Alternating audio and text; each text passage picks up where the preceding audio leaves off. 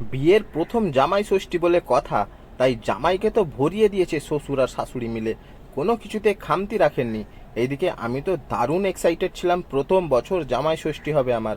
এতগুলো ফল মিষ্টি খাবার দেখে তো আমার চক্ষু প্রায় চড়ক গাছ হয়ে গেছিল। হ্যালো এভরিওয়ান, ওয়েলকাম টু আবার নিউ জামাই ষষ্ঠী ব্লগ। সকালে মাম্পাই তাড়াতাড়ি ঘুম থেকে তুলে দিয়েছিল, তাই একেবারে স্নান করে ফ্রেশ হয়ে চলে এসেছি। আর এই ব্লু পাঞ্জাবিটা মাম্পাই পরতে বলেছিল, তাই পাঞ্জাবিটা পরে একদম জামাই লুকে রেডি হয়ে গেছিলাম। আমি তো প্রায় রেডি হয়েই গেছি টিপটপ হয়ে, কিন্তু আমার বউয়ের ওদিকে রেডি হওয়া কমপ্লিট হয়নি তখনও। জামাই ষষ্ঠীতে যাবে বলে কথা, একটু তো সময় লাগবেই রেডি হতে, তাই না? 8টার সময় উঠেছে। আর আমার যখন চোখ খুলেছে তখন দেখো ড্রেসিং টেবিলের সামনে দাঁড়িয়ে আছে। বেকার কথা বলো না। একদম বেকার না। আমি না, যখন আমরা শাড়ি পরতেই বলতে- অর্ধেক সময় চলে গেছে। বলতে। মিথ্যে কথা বলো খুব। আমিও আমি- দাঁড়াও এবার থেকে তোমাকে এখন কটা বাজে? বাজে ছেলে। আমি 10টায় উঠেছি, 10টা 20-র মধ্যে রেডি হয়ে গেছি, ঠিক আছে?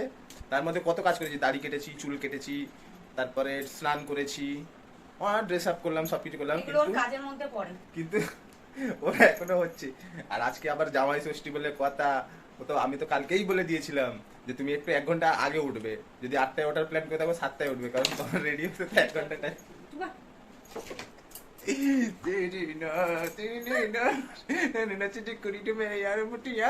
না দেখছি। সো ফাইনালি আমরা বেরোতে চলেছি জামাই ষষ্ঠী উপলক্ষে। তো বর বউ রেডি পুরোপুরি। তো কমেন্ট করে অবশ্যই বলো কেমন লাগছে আমাদেরকে। দেখি আমার বউটাকে, একদম পারফেক্ট ঢাকা নাকা পুরো একদম। শুধু একটু ভয় লাগছে রাস্তাতে নিয়ে যাবো কিডন্যাপ না হয়ে যায়। বাজে ছেলে। তো চলো, বাবা মাও অপেক্ষা করছে সকাল থেকে, কারণ মাম্মার উপোস, তাড়াতাড়ি বেরোনোটা স্বাভাবিক। তাড়াতাড়ি মানে অলরেডি 10:30 বেজে গেছে, যেতে যেতে 11টা, হ্যাঁ 1 ঘন্টা না 11টা তো বাজবেই। তো চলো বেরোনো যাক। সো ফাইনালি আমি আর মাম্পাই কমপ্লিটলি রেডি হয়ে বেরিয়ে পড়েছি গাড়ি নিয়ে, বাড়িতে মা আর বৌদি ভাইকে বিদায় জানিয়ে। কমেন্ট করে অবশ্যই জানিও আমাদের দুজনকে জামাই ষষ্ঠীর লুকে কেমন লাগছিল। যাই হোক, তারপর মাঝ রাস্তায় এসে ওই বাড়ির জন্য আম আর লিচু কিনে ফেলি। জামাই ষষ্ঠীর জন্য কিন্তু বাজারে সব জিনিসের দাম লেগেছিল প্রায় আগুন, কিন্তু তাও দাম যতই হোক না কেন, যেগুলো প্রয়োজন সেগুলো তো কিনতেই হবে, তাই না? যাই হোক, তারপর মিষ্টির দোকান থেকে মাম্মার জন্য কচুরি নিয়ে ফেলি, যেহেতু মাম্মার উপোস আছে, অন্য কোনো খাবার খাবেন না উনি আজকে। তারপর একটু এগিয়ে গিয়ে আবার দাঁড়িয়ে একটা দোকান থেকে পিয়ারা কিনে নিই, আর সামনের মিষ্টি দোকান থেকে বেশ কয়েকটা আইটেম মিষ্টি আর বড় 1 কেজি মিষ্টি দইয়ের ভাঁড় কিনে নিয়ে সোজা চলে আসি আমরা শ্বশুর বাড়িতে। তখন প্রায় 11:30 বেজে গেছিলো আমাদের ওখানে পৌঁছাতে। অনেকটাই দেরি হয়ে গেছিল, যেহেতু পাপা আর মাম্মা আমাদের জন্য ওয়েট করছিলেন, তাই বারে বারে ফোনও করছিলেন যে তোমরা কত দূরে আছো। আমরাও ফোনে বলছিলাম যে এসেই গেছি, প্রায় আর কয়েকটা মিনিটের অপেক্ষা।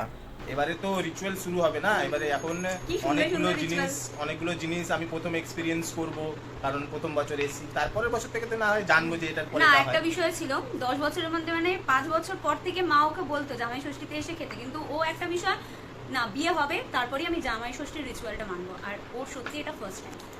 চলো এবার শুরু করা যাক আমাদের রিচুয়ালস। প্রথমে চলে বেশ সুন্দর করে জামাইকে বরণ করার পর্ব। এই জামাই ষষ্ঠী এক্সপিরিয়েন্সটা না প্রথম বছর প্রথমবার ছিল আমার কাছে, তাই একটা আলাদা এক্সপিরিয়েন্স হয়েছে বিশেষ করে আমার জন্য। হাজার রকমের ফল মিষ্টি লুচি তরকারি আরও কত কিছু, মানে কোনো কিছুতেই বাদ দেননি আমার শ্বশুর আর শাশুড়ি মিলে। বেশ অনেকক্ষণ ধরে চললো জামাইকে বরণ করার কাজ। মাম্মা পুরো মন দিয়ে জামাইকে বরণ করে আশীর্বাদ করলেন। তারপর পাপাও এসে আমাকে বেশ দারুণ করে আশীর্বাদ করলেন। এদিকে আমি আর মাম্পাই পাপা মাম্মার জন্য যেগুলো কিনেছিলাম সেগুলো দিয়ে পায়ে হাত দিয়ে পাপা মাম্মাকে নমস্কারটা করে নিলাম। সেই দেখে মাম্পাইও বলল আমাকেও একটু বরণ করো মা, তাই মাম্মা আমার বউকেও বরণ করে আশীর্বাদ দিলেন।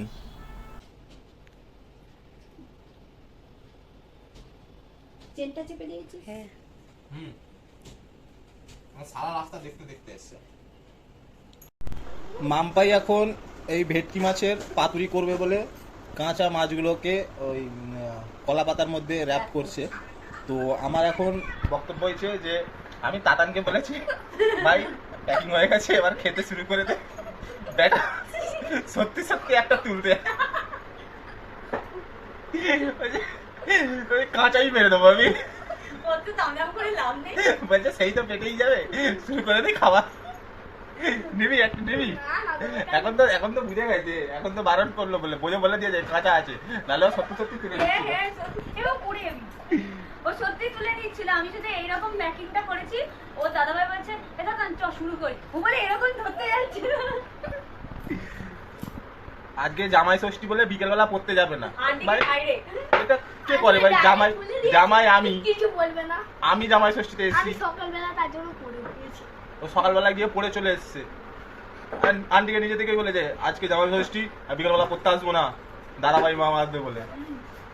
তারপর ও দাদু বলেছে ওদের বাড়ি খেতে, ও বলেছে না না ওইসব গল্প নেই, আমার দিদি জামাইবাবু আছে, আমি এখানেই খাবো। দিদি না দাদা, আজ ভাই হেভি কিন্তু অনেকগুলো আইটেম আছে, ধৈর্য ধরে খাবি কিন্তু।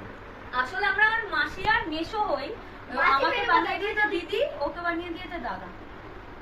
আমাকে মেসো বলে ডাক দিয়ে এবার থেকে। কেন বলবো? কেন মানে আমি তো তোর মেসো হই। কেন বলবো বলো সেটা। আরে মেসোকে মেসো বলবি না তো কি বলবি? কিছু বলবো না দাদা। না, এর দ্বারা কিছু হবে না, এরা পয়সা করে জমাতে পারবে না। এই আমার বাবা ডায়লগ। তো এখন প্রায় ঘড়িতে 2:45 বেজে গেছে, আমি বসে পড়েছি, আমার পাশে আমার ছোট্ট শালাবাবু কাম ভাই বসে পড়েছে। আর আমার এখানে যে যে মেনুগুলো আজকের দিনে হয়েছে সেগুলো শেয়ার করব। তো দেখানো যাক কি কি রেসিপি হয়েছে আজকে। তো এই হচ্ছে জামাই ষষ্ঠী স্পেশাল মেনু। তো প্রথমে আছে শুক্তো, তারপরে আছে সবজি ডাল, তারপরে আছে দই কাতলা, তারপরে আছে পমফ্রেট মাছ, তারপরে হচ্ছে চিংড়ি মাছ, তারপরে ভেটকি মাছের পাতুরি, তারপরে আছে ইলিশ মাছ, তারপরে আছে চিংড়ি পনির, তারপরে হচ্ছে চিকেন কষা, তারপরে চাটনি, আর এখানে আছে ভাত প্লাস 5 রকম ভাজা। এখানেও তাতান বাবুর আইটেম সাজানো হচ্ছে এখন। সেও জামাই বলতে গেলে জামাই ষষ্ঠী স্পেশাল মেনু খেতে বসেছে। না না 3টে বাজে দিয়ে দাও, ওদের তো দিয়ে দিয়ে চলে আসে। কেমন আছে? ভালো হয়েছে। Super super, hello. ভালো না সুপার। তো আজকের ব্লগটা এখানেই শেষ করলাম। ভিডিওটা ভালো লাগলে একটা লাইক করে কমেন্ট করে দেবেন, যারা ফেসবুক থেকে দেখছেন ফলো করে দেবেন, আর যারা ইউটিউব থেকে দেখছেন তারা সাবস্ক্রাইব করে দেবেন। Tata bye, love you guys.